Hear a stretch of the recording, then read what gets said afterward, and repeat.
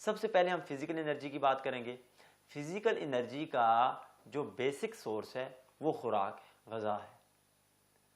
اب آپ کی غذا یا خوراک کی کوانٹٹی کیا ہے اور کوالٹی کیا ہے؟ پورے دن میں جو آپ کوانٹٹی لے رہے ہیں اور جو کوالٹی ہے اس کی وہ کیا ہے، اس کی ٹائمنگز کیا ہیں، اس کو آپ کس طرح سے کھا رہے ہیں، اور جتنی خوراک آپ کھا رہے ہیں کیا اتنی ہی آپ ایکٹیویٹیز بھی سر انجام دے رہے ہیں یا نہیں دے رہے۔ اگر آپ لے رہے ہیں فرض کر لیں ایسی خوراک کہ جو ہیوی ہے اور آپ کو وہ ہیوی قسم کی انرجی دے رہی ہے، لیکن آپ کی جو فزیکل ایکٹیویٹیز ہیں وہ اس کے ساتھ میچنگ نہیں ہے، تو پھر کیا ہوگا، آپ کا جسم موٹاپے کا شکار ہو جائے گا، آپ کے اندر غفلت آ جائے گی، نسیان آ جائے گا، آپ تھکے ہوئے رہیں گے، اچھا خوراک کھا رہے ہوں گے لیکن اس کو آپ پراپرلی یوٹیلائز نہیں کر رہے ہوں گے۔ تو فزیکلی اس چیز کو انڈرسٹینڈ کرنا کہ میری خوراک، میری غذا اور میری ایکٹیویٹیز میں بیلنس ہے یا نہیں ہے، اور اس کے لیے آپ کو کوئی بہت بڑے نیوٹریشن کی بھی ضرورت نہیں ہے۔ ہاں ویل اینڈ گڈ، اگر آپ کو کوئی اچھا نیوٹریشن ملتا ہے اور آپ اس کے پاس جا کے کنسلٹنسی لیتے ہیں، اس سے مشورہ لیتے ہیں، تو آپ کے پاس زیادہ ریفائنڈ فارم میں ایک چیز آ جائے گی، لیکن ایک کامن سینس میں بھی چیزیں سمجھ آتی ہیں کہ میں اگر ایک آفس میں کام کرنے والا ہوں تو مجھے پھر ہیوی قسم کی خوراک نہیں کھانی چاہیے، لائٹ کھانی چاہیے، تاکہ میرے اندر اتنی ہی انرجی پیدا ہو جتنی مجھے اپنے کاموں کے لیے چاہیے۔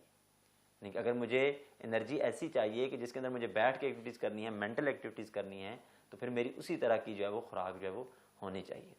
پھر فزیکل فٹنس کے حوالے سے جو ایک انتہائی اہم چیز ہے وہ ہے آپ کی نیند، اور خاص طور پر میں جب کامسٹ یونیورسٹی میں پڑھاتا ہوں تو میں وہاں نوجوان بچوں کو دیکھتا ہوں کہ وہ کلاس میں آتے ہیں تو وہ تھکے ہوئے ہوتے ہیں، ان کی ایج ہوتی ہے 19 سال، 20 سال، 21 سال، لیکن ان کے چہروں پر کوئی رونق نہیں ہوتی، ان کی آنکھوں میں چمک نہیں ہوتی، ان کے اندر مینٹل الرٹنس نہیں ہوتی۔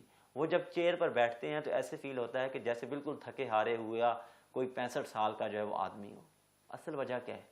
اصل وجہ ہے ان کی سلیپ کی ڈسٹربنس۔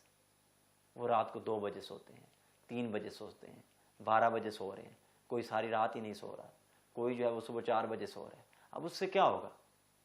نیچرل سی بات ہے کہ جب آپ نے اپنا سلیپ سائیکل ڈسٹرب کر دیا تو اس سے آپ کا جو غذا کا سائیکل بھی ڈسٹرب ہوگا، ڈائجیشن سسٹم آپ کا ڈسٹرب ہوگا، آپ کا جو انڈوکرائنل جو گلینڈز کا پورا سسٹم ہے وہ ڈسٹرب ہوگا، آپ کے جسم میں جو ایکسکریشنز نہیں ہونی چاہیے وہ بھی ہوں گی، اور بچہ ڈسٹرب ہو جائے گا۔ تو لہٰذا ہر نوجوان کو اور والدین کو بھی اس بات کو سوچنا ہوگا کہ وہ کس طرح کی اپنے بچوں کی جو ہے وہ ایکٹیویٹیز کو مینیج کر رہے ہیں، ان کی لائف سٹائل کیسا ہے۔ ہاسٹلس کے اندر یونیورسٹی والوں کو، وارڈنز کو یہ دیکھنا ہوگا کہ آیا کہ لائف کی ایکٹیویٹیز کیا ہیں ان کی، ایک بچہ کتنے بجے سو رہا ہے۔ اگر یہ چیزیں مینیج نہیں ہوں گی، ڈسپلن نہیں ہوں گی، اور اس کے لیے ایک مکمل لائف سٹائل کو بدلنے کی ضرورت ہے۔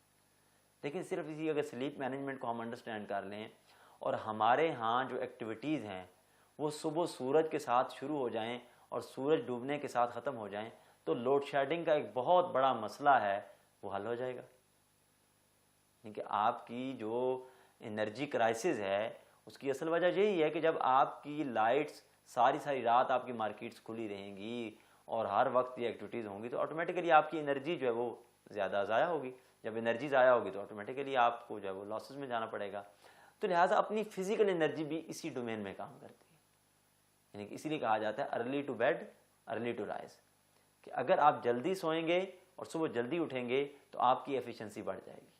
پھر اس کے علاوہ یہ ہوتا ہے کہ آپ کا دن میں کچھ حصہ ایسا ہوتا ہے جو آپ کا پرائم ٹائم کہلاتا ہے، جس میں آپ کا انرجی لیول ہائی ہوتا ہے، جس میں آپ کی ایفیشنسی زیادہ بہتر ہوتی ہے۔ تو لہٰذا آپ کو اپنے اس ٹائم کو بھی پہچاننا ہے، سمجھنا ہے۔ اگر آپ اپنے اس ٹائم کے اندر فزیکل ایکٹیویٹیز کریں گے اور آپ کا انرجی لیول ہائی ہوگا تو پھر آپ زیادہ پروگرس دیں گے، زیادہ آؤٹ پٹ دیں گے۔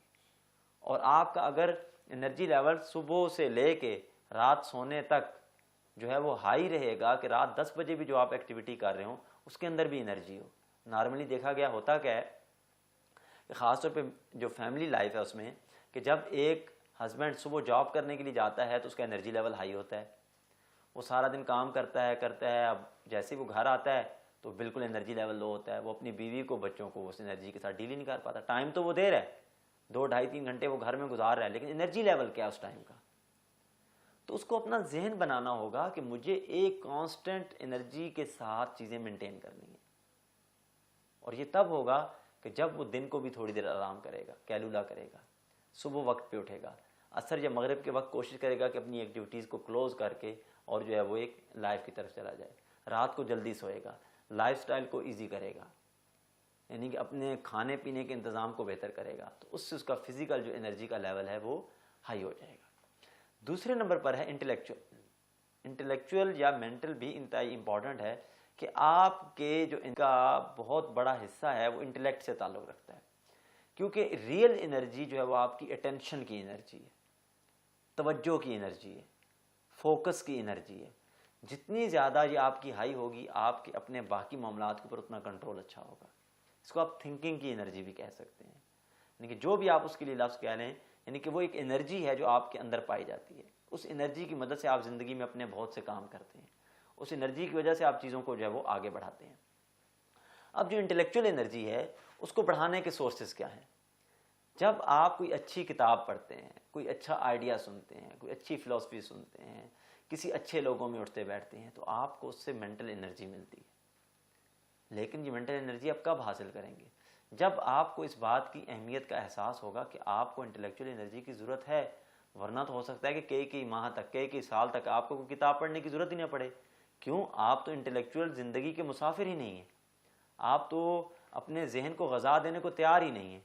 آپ تو بس صرف یہ سمجھتے ہیں کہ اگر میں نے دن کو کھانا کھا لیا، شام کو کھانا کھا لیا، صبح ایک اچھا سا ناشتہ کر لیا، کچھ گلاس پانی کے پی لیے، جوسز پی لیے، تو بس مجھے انرجی مل گئی ہے۔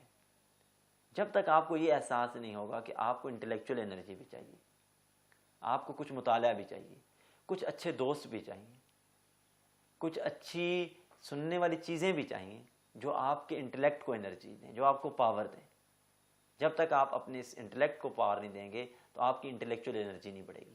جب انٹلیکچوئل انرجی نہیں بڑھے گی تو پھر بھی آپ کی ایفیشنسی، آپ کی پروڈکٹیوٹی جو ہے وہ کم ہو جائے گی۔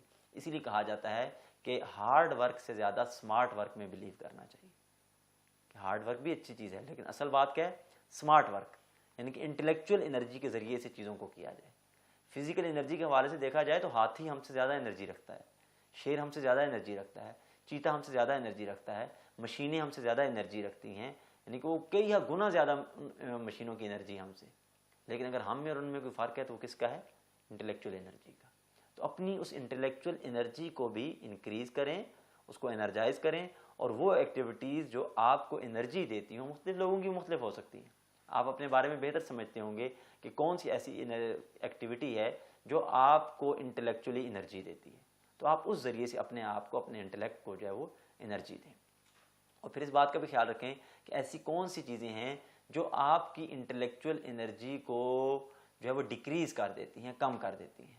مثال کے طور پر آپ کسی ایسے شخص سے ملے کہ جو مایوس ہے، جو پریشان ہے، وہ آپ کی انٹلیکچوئل انرجی کو کم کر دیتا ہے۔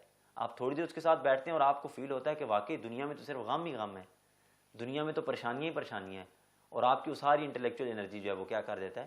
ریلیز کر دیتا ہے۔ تو نیگیٹو باتوں سے اجتناب کریں۔